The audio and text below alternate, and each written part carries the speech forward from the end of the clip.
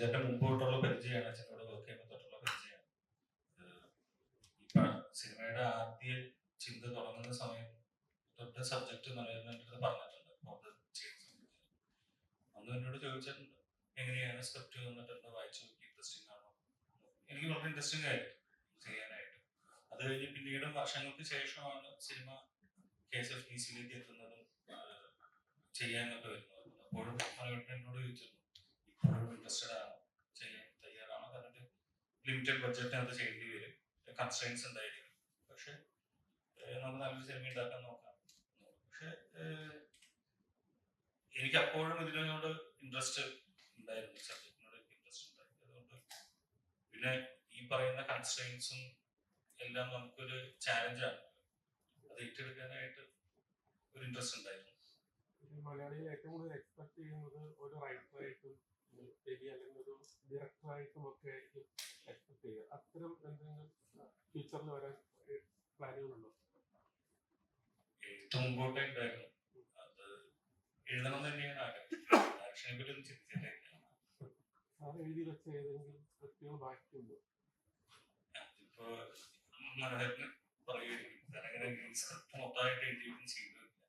പൊതുവെ പടം തുടങ്ങുന്ന സമയത്തൊക്കെ ഒരു 20 സീനൊക്കെ എഴുതിയിട്ടുണ്ടാവും, പിന്നെ ഓണ്ടൊക്കെ എഴുതിയായിരിക്കും. അതായത് എഴുതി കംപ്ലീറ്റ് ചെയ്ത സ്ക്രിപ്റ്റുകളൊന്നും.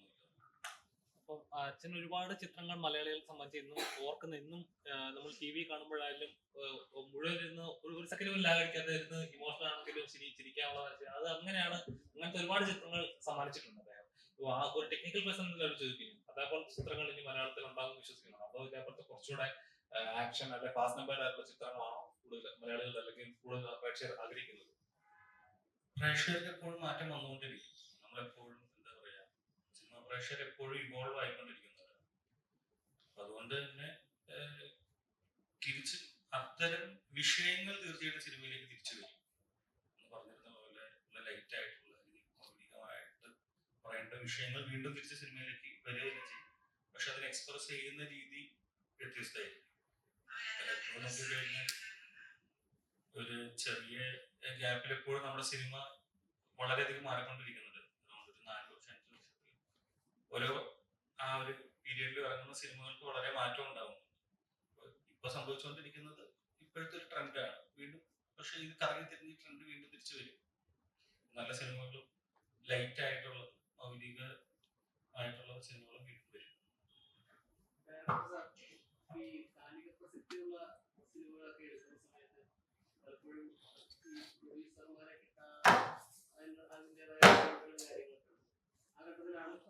സർക്കാരിന്റെ ഭാഗത്തുള്ള ഒരുപാട് സിനിമകളിൽ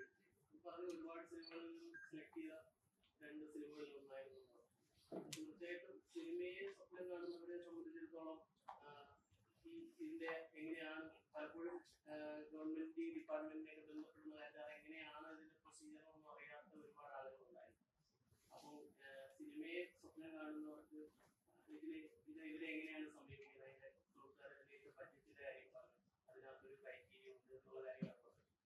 അപ്പം അത്തരത്തില് സിനിമ എടുക്കാനാണ് കാലിക പ്രസക്തിയുള്ള സിനിമകൾ, നല്ല കണ്ടന്റുകൾ എത്തിക്കണമെന്ന് ആഗ്രഹിക്കുന്നവരെ സപ്പോർട്ട് ചെയ്യാൻ വേണ്ടി എങ്ങനെയാണ് ഇതിന്റെ എങ്ങനെ ഗവൺമെന്റ് സർക്കാരിലേക്ക് എത്തിക്കാം, അല്ലെങ്കിൽ കോർപ്പറേഷന്റെ ആ ഒരു സഹായം എങ്ങനെ ലഭ്യമാകുമെന്ന് അടക്കമുള്ള വിഷയങ്ങൾ ആധികാരികമായി പറയുവാണെങ്കിൽ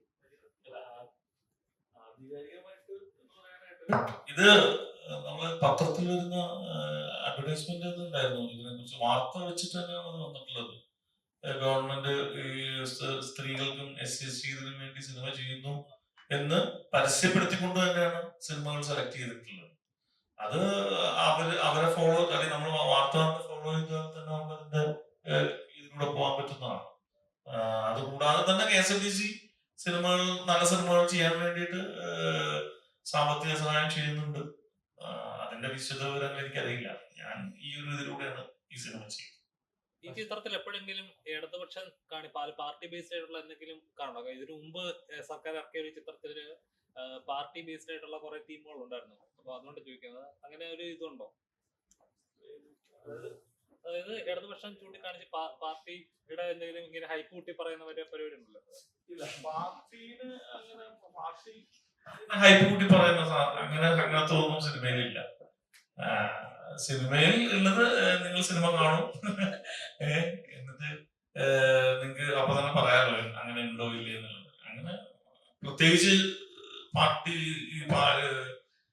ഇടതുപക്ഷം നൽകിയ സാധ്യതയാണെന്ന് വിചാരിച്ച് അങ്ങനെ പൊക്കി പറയേണ്ട ആവശ്യമില്ല.